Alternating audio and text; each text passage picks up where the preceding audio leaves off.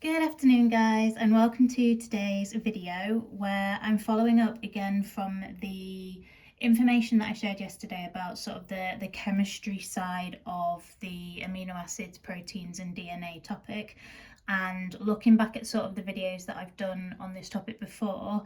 I thought that there was a bit of a gap with the DNA part of that. So I've got two DNA questions that kind of go through the different things that I shared within sort of like the summary that we need to be able to do with DNA, that maybe even if you do biology, you don't have to do in your biology exams.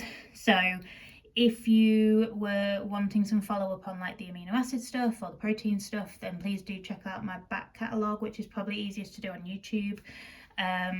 But if you feel like there's something missing or that you'd like more on that as well, then of course just let me know. But I'm going to be focusing more on the DNA side of things this afternoon. So the questions I've chosen, I've chosen to kind of show the different skill sets that you need to have, but also I like that this diagram was already drawn out for us in this question because it gives me a bit of a framework to just show you, I guess, what each of these parts of this diagram are. And I'm also going to be able to cross-reference that with the data booklet as well, and show you, I guess, how you can identify what's going on in this diagram. So on your data sheet, you get the phosphate group, you get glucose. Can't say I'm 100% sure why you get glucose, but anyway, you get 2-deoxyribose, which is important for DNA, and then you've got all of the bases underneath.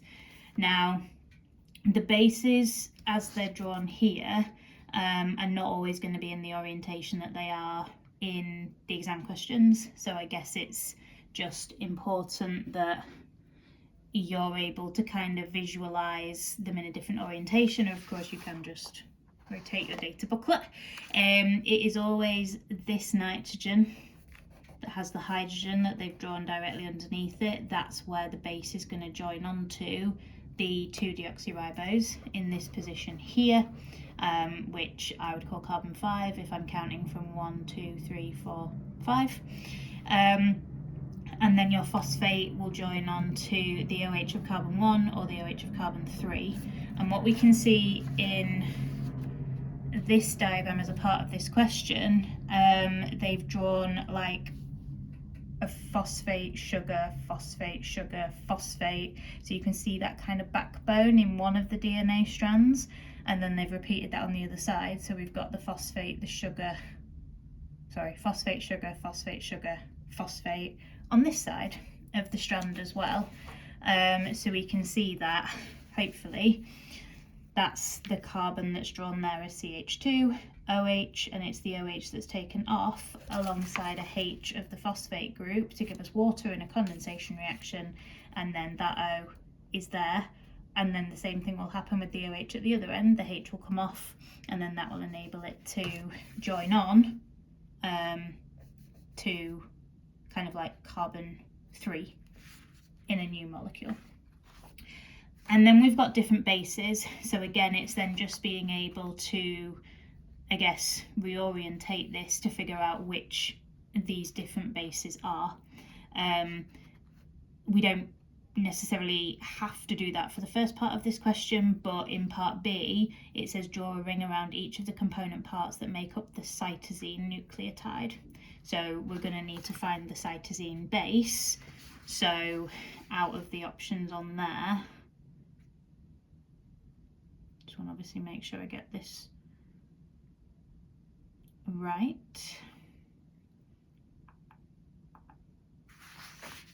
Yeah, that one. Sorry, that's going to be way longer than it should.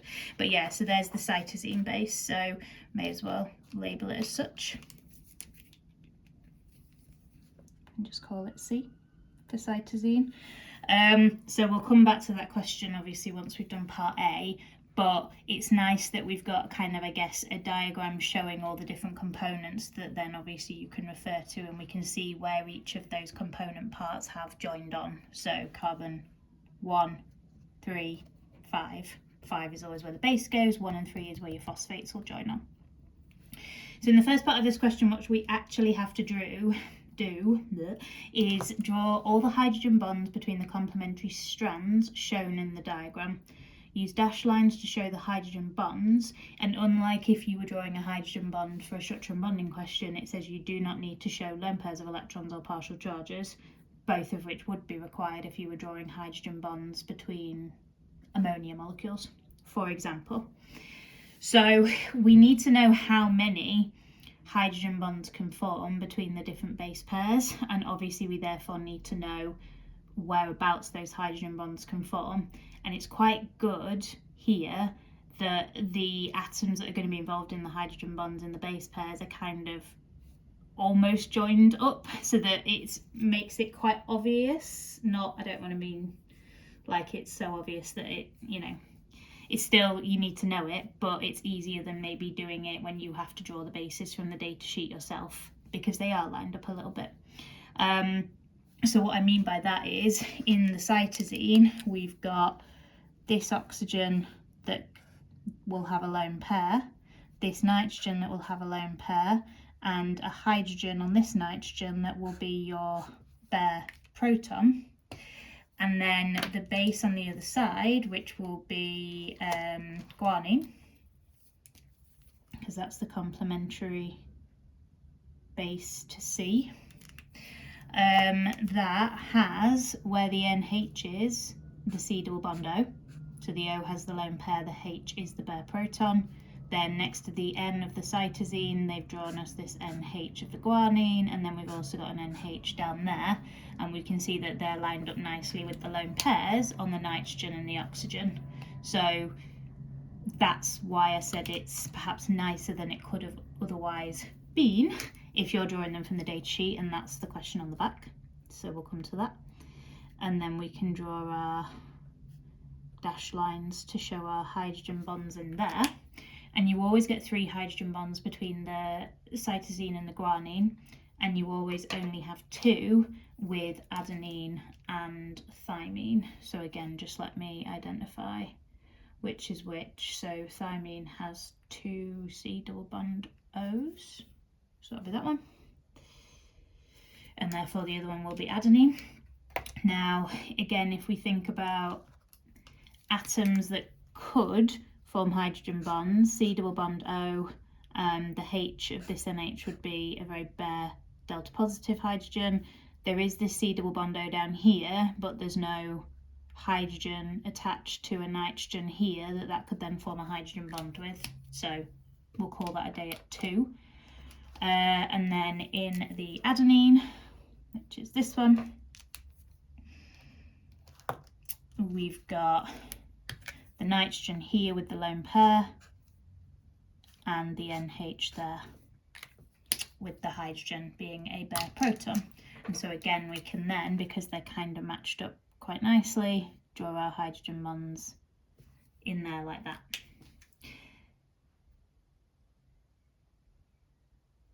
I'll show you when we go on to the next question how to kind of figure those out from how the bases are drawn on the data sheet, whereas here, because they'd already drawn it for us and they've drawn it in such a way that they kind of match up quite nicely, that I think, like I said, was maybe slightly easier. But that's why we get 2 hydrogen bonds and 3 hydrogen bonds, because the geometry works, and also we have the right kinds of atoms in the right places. So that's the first part. Then it says draw a ring around each of the component parts that make up cytosine. So a nucleotide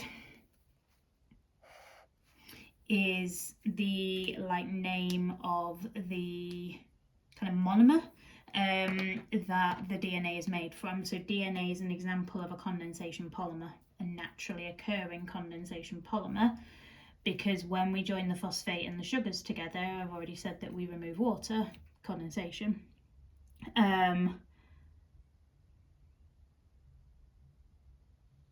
With regards to the nucleotide, there are 3 things that will make up any nucleotide. We have the sugar, the 2-deoxyribose, we have the phosphate group, and then you will have a base. And because it's asked us to draw around the cytosine nucleotide, the base in this case will have to be cytosine. So there are 4 different nucleotides that we can have with DNA where we've got the different bases are joined. So we've got one example of each nucleotide in this diagram. So you'd have to identify which was the cytosine if you hadn't already done that as part of part A, and then identify the sugar, the phosphate and the base. So the base we've already used to show the hydrogen bonds. Here's our sugar. And then we either need to pick the phosphate here or the phosphate here. And it shouldn't matter, because so long as you only pick one of them, because then this phosphate would belong to this sugar and that phosphate would belong to the next sugar, and so on and so forth. I'm going to pick the bottom one. There shouldn't be any reason for any difference in terms of getting the answer right or wrong if you choose the other one.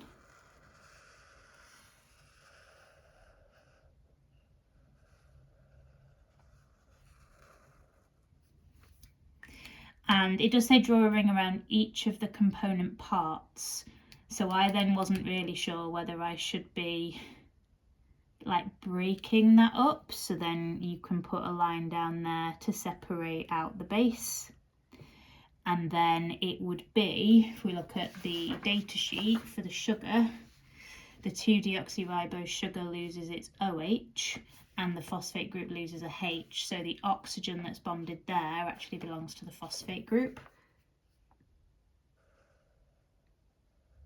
So I guess if we were to need to draw like around each individual component, rather than just the 3 things all as one that make the nucleotide, that is how we would do that. Okay. Now you could very well be asked to do that yourself from scratch. So in this next question, part A, draw the structure of the nucleotide that contains guanine, showing clearly the bonding between the components. So you're going to have to draw out the phosphate, the sugar and the guanine base, obviously have them all connected in the right place, and so on and so forth. Then we're going to have to draw the complementary base to this and show the hydrogen bonding, and that's not going to be shown in the same orientation as it is in the data sheet, so we'll figure that out. And then there's a little bit of kind of application-y bit in terms of urea and how that can be used to separate these complementary strands that we have. So draw the structure of the nucleotide that contains guanine.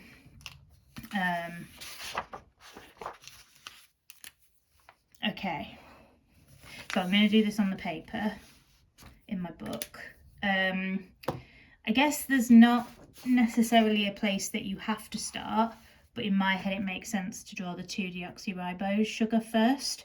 And what you may or may not want to do is kind of not put the atoms at the ends of these sticks until you've figured out how the guanine's joining on and where, and how the phosphate's joining on and where, because we are going to lose some of these atoms. So that, I guess, yeah, totally up to you how you go about drawing this. So just want to make sure I'm leaving myself enough room. Oh, and I'm not very good at drawing. Oops. Already not a good start. Sort of cyclical things, they tend to always look a bit stupid. Not that that matters, so long as you've got everything bonded in the right place.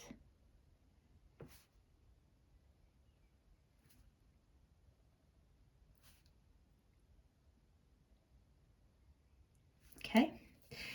And then we're going to want to join the guanine base on to this carbon 5 here, and the OH that is on that sugar is coming off, and this hydrogen on the nitrogen of the guanine base is the other atom that is going to go into making water. So the nitrogen here is the one that's going to be joined there. Now, I would recommend that you're going to have to draw this base the other way around. So we're going to have to kind of mirror it, because otherwise it's going to get in the way of everything else we're going to need to draw on here. So this is where, again, it gets quite messy, potentially. and it might be that you want to draw this in pencil before you dive in with pen, which would also probably have been a sensible thing for me to do, but never mind. We're going to roll with it.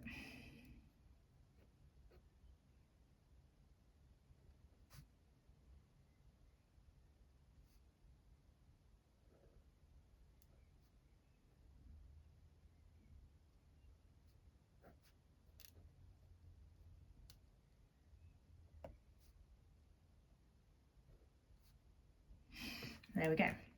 So that's the guanine. Then there's nothing else going on carbon 5. There's nothing going on carbon 4.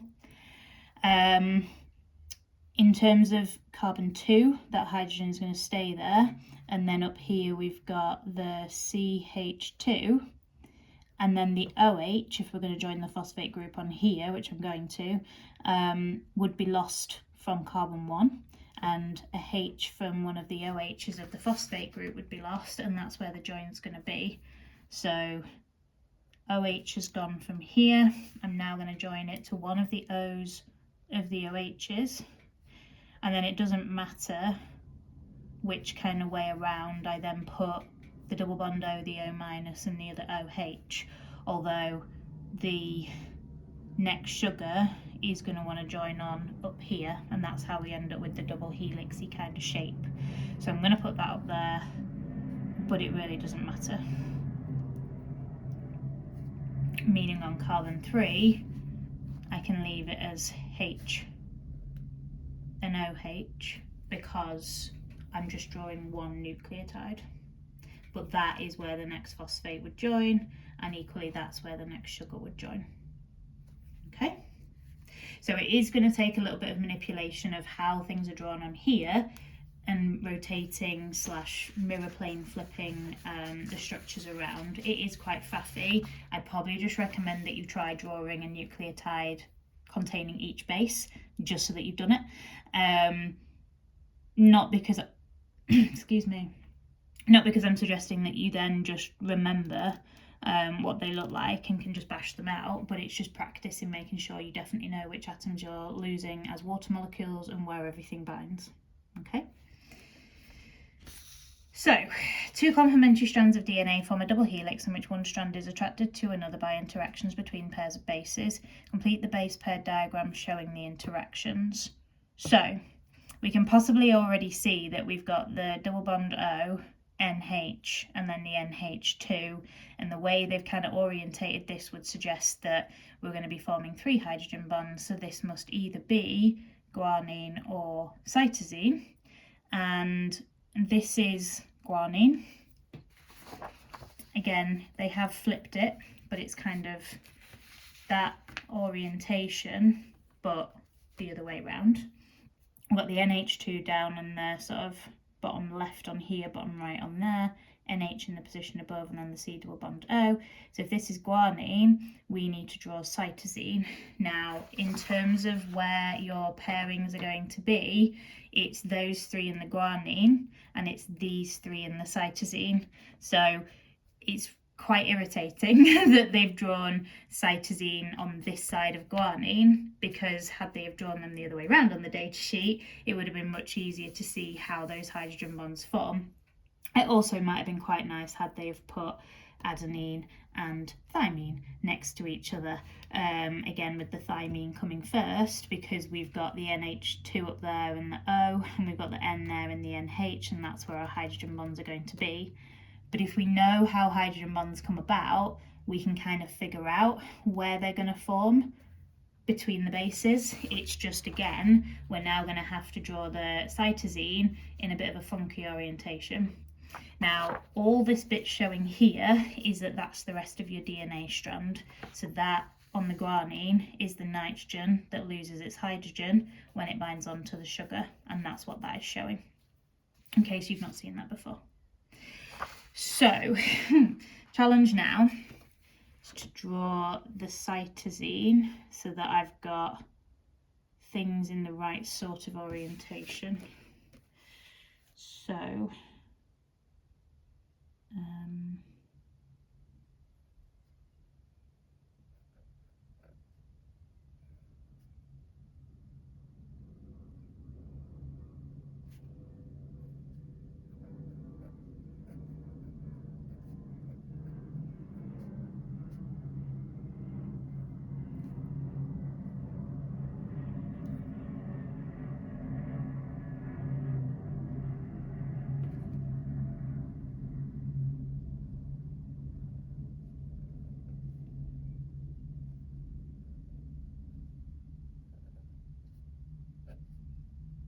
And I'm going to copy them. The nitrogen of the cytosine that's lost its hydrogen, I'm going to give it a little squiggle. I think that looks about right. So then, this is my guanine, and this is my cytosine. Then, as we saw on here, double bond O, N, NH, NH, NH, double bond O. Double bond O, N, NH, double bond O, NH, NH. Perfect. So, complete the base pair diagram showing the interactions. So we now just need to put on the hydrogen bonds. So,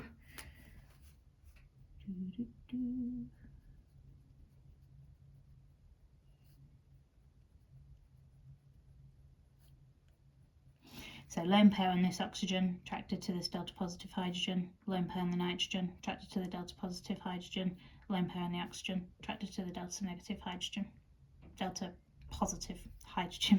Sorry, all the hydrogens will be delta positive, lone pairs of electrons will be negatively charged. Obviously, my apologies. So that can again be a little bit faffy, so probably practice drawing guanine and cytosine and the hydrogen bonding, adenine and thymine in the hydrogen bonding to make sure that you know you can definitely do that. Okay. And then if we have, sorry, I'm just trying to do the same colours, not that it matters, but you'll know me, I'm quite fussy with that. So adenine is in blue, thymine was in orange. State how the interactions in the adenine-thymine base pair differ from those you have identified in part B. So in part B, we drew 3 hydrogen bonds, whereas between the adenine and thymine base pair, there will only be 2 hydrogen bonds. Same interactions, just different number. So 3 above, only 2 between A and T. Probably also, because they haven't used the term hydrogen bonding, maybe mention that as well.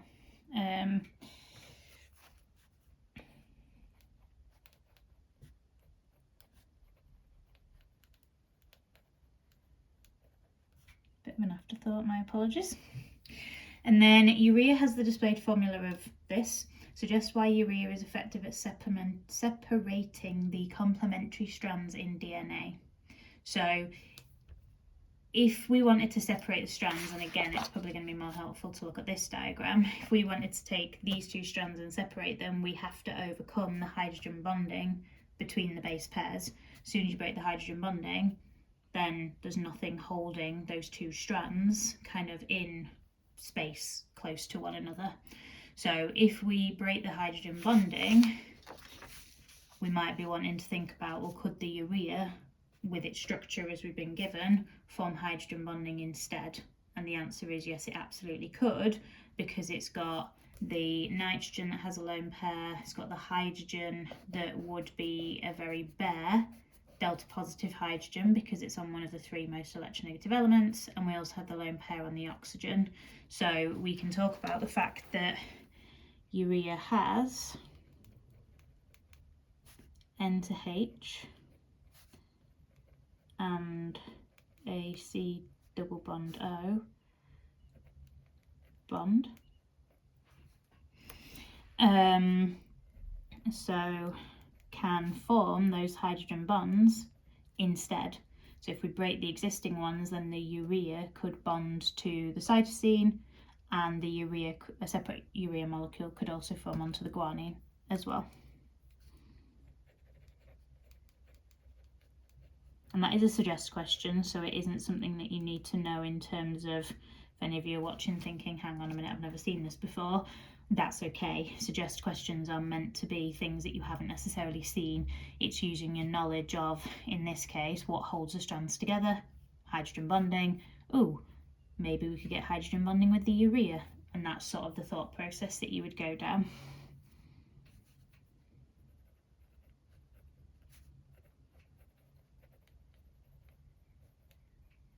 Okay, so hopefully that's helped you to see the sort of stuff that you have to do. I appreciate that it is tricky to draw something like this when things on the data sheet are not quite given in the right orientation for that, but that's why I'd highly recommend you practice. And as I said at the start, if you'd like me to have a look at any amino acid or protein questions, then please just let me know. But hopefully that's been useful.